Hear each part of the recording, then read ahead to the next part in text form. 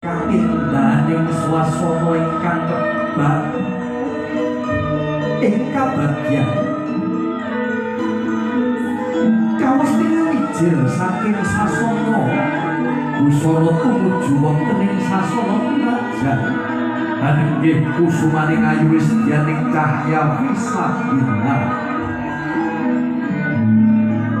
Putri Mandodo saking Bapak Iswanto kalawan Ibu Enti Murdianingsih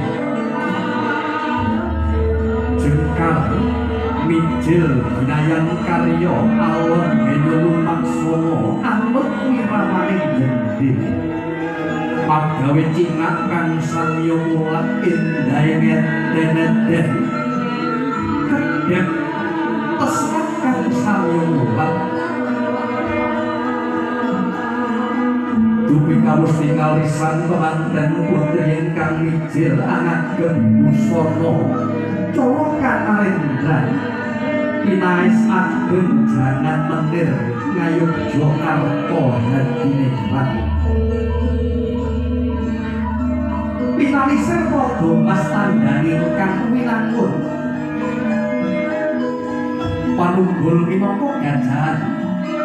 pangapit pangpanitis lan gondheng